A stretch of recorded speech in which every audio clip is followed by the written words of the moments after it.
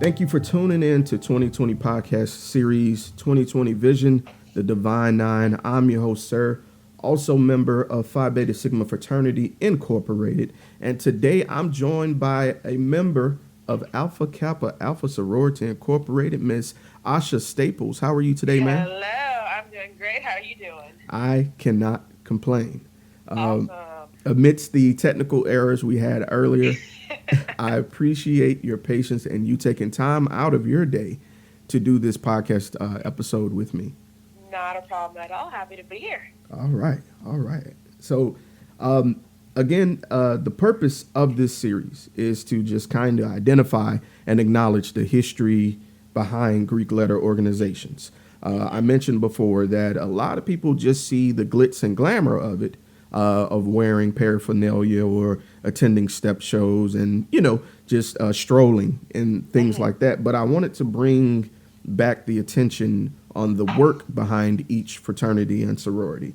And so, with you being a member, I wanted to kind of reach out and discuss a couple of topics with you. So, Okay. Asha, if you could just give us a history on you and Alpha Kappa Alpha. When you first told me about, we're going to be talking about, why I joined and what separated Alpha Kappa Alpha apart from any other sorority, I kind of hesitated to do the interview, honestly, because I never really was, growing up, I wasn't exposed to Greek life. I'm actually the first Greek in my family on both sides of my family, my mother and my dad's side. So, unlike my other line sisters, sorority sisters in Mississippi. I went to the University of Southern Mississippi. A lot of them, they, their moms were AKAs or their moms were Deltas, and they grew up with like the family rivalry and all that stuff. And I didn't really have that story to share, of growing up with my mom putting me in pearls and pink and green everything. So I was kind of green when I got to college. I didn't ever think about joining a sorority. And it's funny because I was kind of recruited by the AKs on my yard. Like, you see them around the yard and they think they're all that, pussy and all that other stuff. So it was just kind of funny that they kind of recruited me and I kind of started taking notice. And actually my freshman roommate, she's now my best friend and my line sister, she was one of those that she pledged legacy. Her mom was an AKA. She grew up around that. And, it wasn't even a matter of, who ran the yard. I just saw these women that were, beautiful. Besides being beautiful, they were just doing things around campus, servicing, very big on community service, giving back, and, just kind of like bosses. And I'm from Atlanta, so that kind of resonated with me. Yeah. And, I've always grew up being, my mom always said, your name is your brand. So I always used to love being a part of organizations that were bigger than myself, to be a part of something like that and to not only have that but have this sisterhood.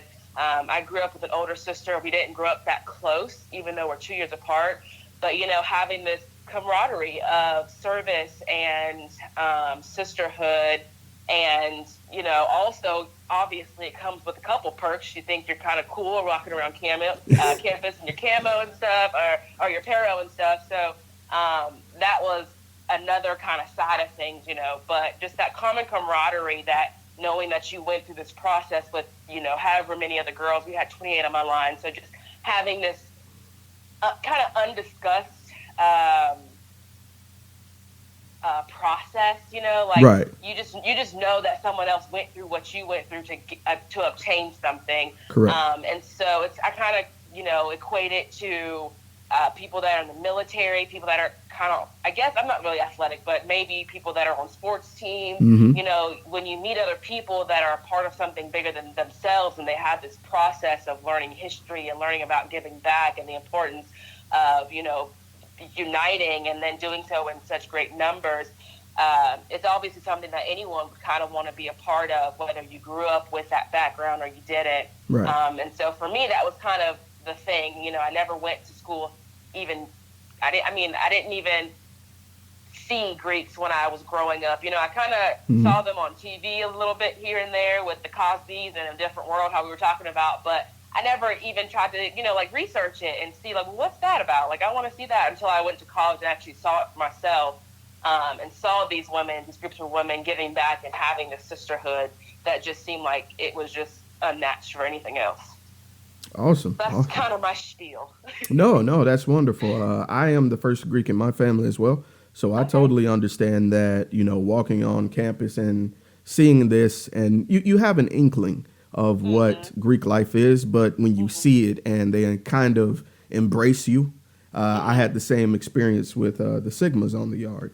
And so I totally understand. And that's why I want to bring it to light. It's just, it's cool, but it creates a bond during your process that Right. it can be is very few that rival it. That's why I believe that so many organizations and sports teams and other exclusive, I want to say clubs. I hate to say it like the way that way, but that's extremely what it is. It's Right. these inclusively exclusive Right. organizations. You Right. create this bond that's not replicated in many other places. So Right. For I sure. I wanted to show that. Now I wanted to ask you, Ms. Staples, were you ever part of any projects or any functions that really resonated with you and your letters? Um,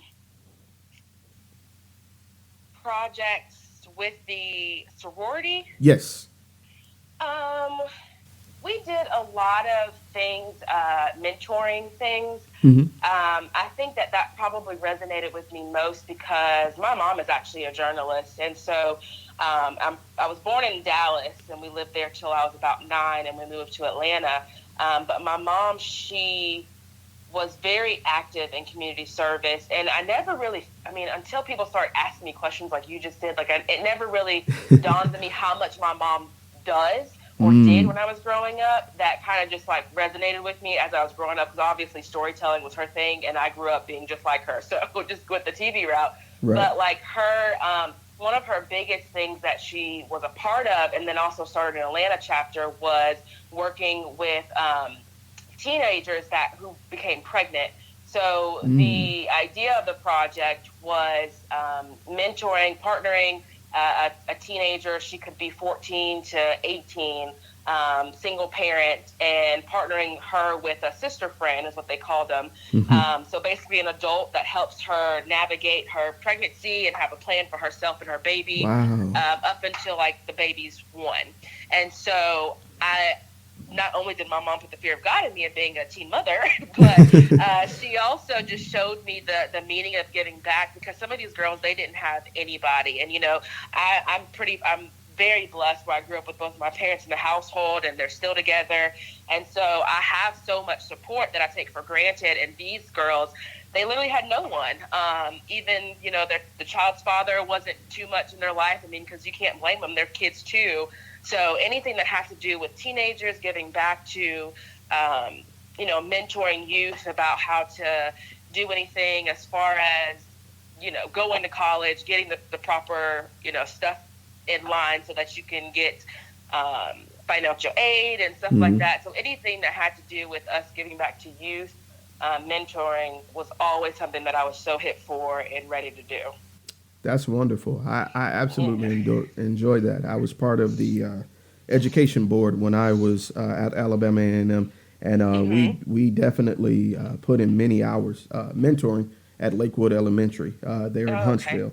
So I totally understand it, Yeah. and you'd And a be lot of people, a lot of kids, they just don't, even today, and I wish I had the time to kind of get back into like a Big Brothers Big Sisters program, because you just see so many kids that are lost. And I say hmm a lot of times in these days, you have kids raising kids, and, yeah. their parents didn't know what to do, so they can't tell their kids, and then they're scared to ask for help. And, there's so many lost kids that are out here in this community that just need some type of friendship or partnership or something to just help them. And it's kind of sad to see that there's not that much help for them, and people not having to take the time to be able to be that help. I agree. We have to invest in the future, and that's Right. through our kids. So Right. that lasting impression by mentoring is most definitely what'll make a difference. So, For sure. all right. Well, Miss Asha, was there anyone that you wanted to give a shout out to from your previous lines, or anyone that really, made a difference with um you with Alpha Kappa Alpha? um I would just say my bigs. I mean, they're the ones who brought me through my process, and obviously my line sisters, because all 28 of us, we made it through the pretty and the ugly together, and we still continue to do that together. So it's always good. We may not talk every day, but whenever we meet up, which we do at least once a year, well, twice a year for homecoming, and then for Christmas, we always have a Christmas party where somebody hosts a Christmas party. So we don't miss a beat when we're together. So just shout out to my bigs, shout out to my line sisters. All right. Well, Miss Staples, thank you so much, and you have a great day. I really appreciate you doing this. Not a problem. Sorry for the technical issues earlier. Oh no, it's not your problem. We made it work either way. So, on behalf of 2020, I'm your boy Sirr, Asha Staples. You guys have a great day.